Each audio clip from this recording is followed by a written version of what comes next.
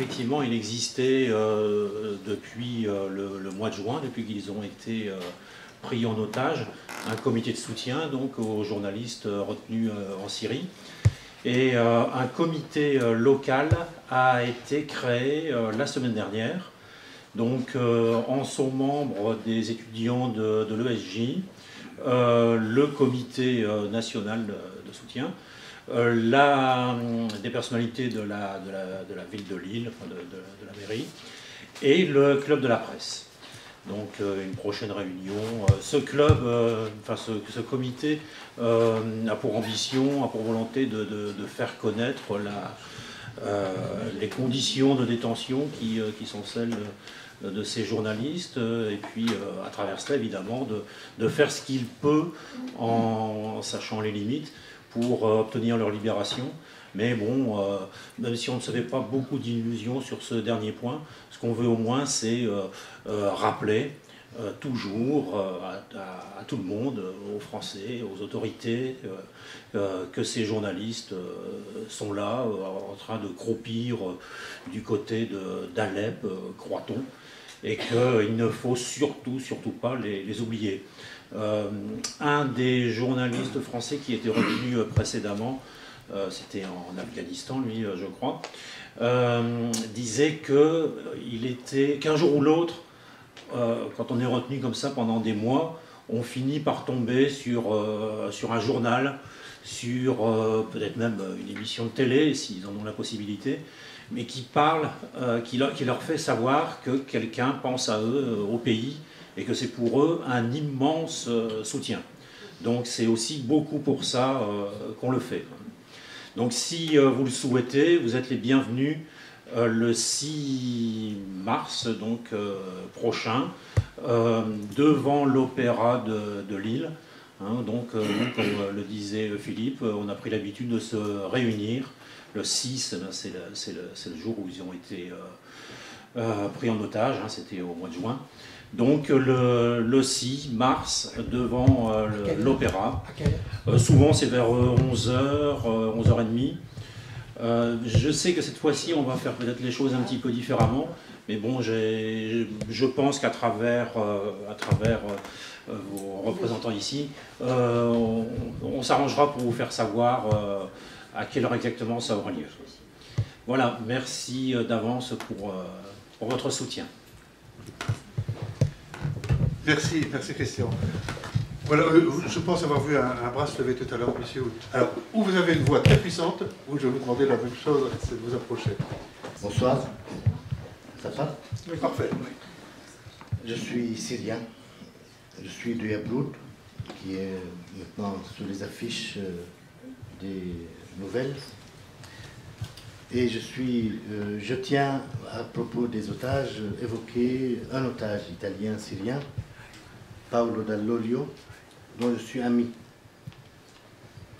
et qui, depuis 1 an et demi, 2 ans, a créé aussi, dans le sens que vous venez d'évoquer, des comités au Liban, en Irak, pour recréer le tissu social, remédier au traumatisme de cette guerre sans nom.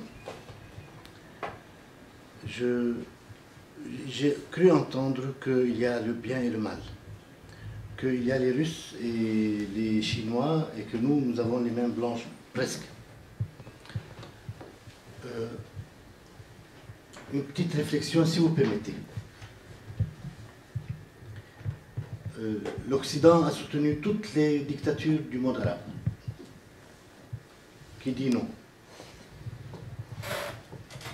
Et la Syrie,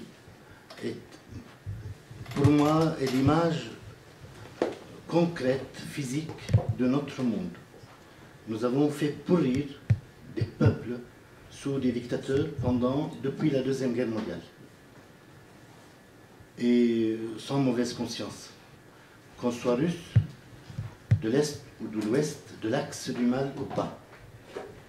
Et je me souviens, que ce soit en Tunisie ou en Égypte ou demain en Syrie, je me souviens que les premiers soulèvements ont été suivis par des silences. Personne nous s'attendait à voir des peuples, par définition opprimés, se lever. Et c'est ça qui me fait espérer, ce que vous avez évoqué. Je ne veux pas prolonger. Merci. Merci infiniment pour cette intervention.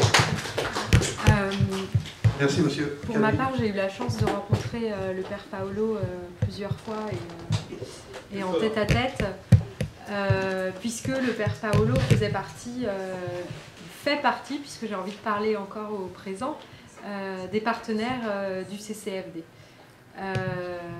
Et le père Paolo fait partie de ces personnalités qui justement a défendu la diversité de la Syrie, le dialogue interreligieux, et qui a à la fois défendu les valeurs universelles, démocratiques de la Révolution, et qui aussi a pris le risque d'être un négociateur sur des questions humanitaires avec des milices islamistes. Et aujourd'hui, s'il est enlevé, si on ne sait pas où il est, s'il a peut-être aussi transité des mains des uns aux mains des autres, puisque c'est aussi des choses qu'on entend.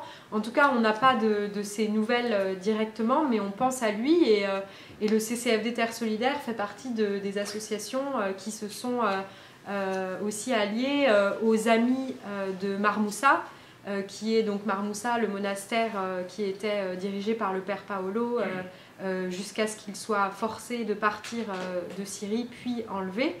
Donc les amis de Marmoussa, avec d'autres comme nous, ont organisé il y a quelques semaines un rassemblement un peu partout dans le monde en l'honneur et en mémoire de Paolo et de tous les autres disparus ou otages, parce que je pense que le père Paolo, comme d'autres, aimerait qu'on pense à lui en pensant aussi à tous les autres. Voilà, et c'est juste ce que je souhaitais dire, et ce que vous avez dit par rapport aussi à la responsabilité de l'Occident. Je pense que le père Paolo, en tant qu'Italien, moi, à ma petite échelle, en tant que Française et d'autres, on est beaucoup à le penser. Je disais tout à l'heure, les diplomaties occidentales, européennes, toutes ont aussi été sous le choc de ces soulèvements qu'elles n'attendaient pas, ont mis du temps à réagir, la France aussi. Donc après, voilà, on est tous concernés, je crois, dans ce sentiment d'humanité, que ce soit par rapport au patrimoine, dans ce sentiment d'humanité aussi par rapport à la responsabilité de nos dirigeants. C'est ça aussi, la solidarité internationale, c'est ce vivre humain, quelle que soit l'échelle, quelles que soient nos différences. Merci beaucoup. C'est déjà une belle conclusion. Racha ? Oui, bien sûr, il faut soutenir. Je pense beaucoup au père Paolo, qui a pris énormément de risques, lui et les otages, ainsi que les journalistes qui couvrent, qui ont pris au risque de leur vie, des risques énormes pour nous transmettre l'information. Je pense aussi au père Francis, qui est à Homs, qui est assiégé, qui refuse de sortir de Homs depuis juin 2012, alors qu'ils ont très peu d'accès à la nourriture, et malgré l'ouverture malgré l'ouverture un tout petit peu du siège, il a refusé de quitter Homs pour rester avec les personnes qui sont restées sur place, pour partager leur sort. Et donc oui, ce sont des actes évidemment courageux qu'on salue et qui nous font chaud au cœur, parce qu'ils nous font sentir qu'il y a des gens qui se mobilisent pour le peuple syrien. Là, qui nous permettra de finir sur une note d'espoir. J'espère. Merci beaucoup à vous tous. Donc Racha Baziane, Camille Le Prince du CCFD, toute l'équipe du CCFD.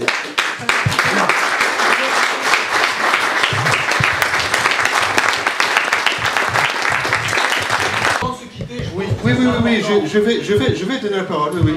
C'est important qu'on continue effectivement ce problème par rapport à la Syrie. Je viens d'apprendre il y a 2 jours que la semaine de la solidarité internationale de l'année prochaine sera consacrée dans la région et dans la ville de Lille au problème des réfugiés, des déplacés et des déplacements de population. Donc ça sera très important que les associations qui ont l'habitude de faire des partenariats, je pense à Amnesty International, le CCFD, la Ligue des droits de l'homme, on fasse que dans cette semaine de la solidarité internationale, on reprenne le débat sur les réfugiés syriens et sur le problème des déplacements de population par rapport à la Syrie. Donc ça sera important que dans ces manifestations qui auront lieu pendant la SSI, on s'organise pour que la Syrie soit encore très présente. Merci beaucoup, merci à vous tous. Merci à vous.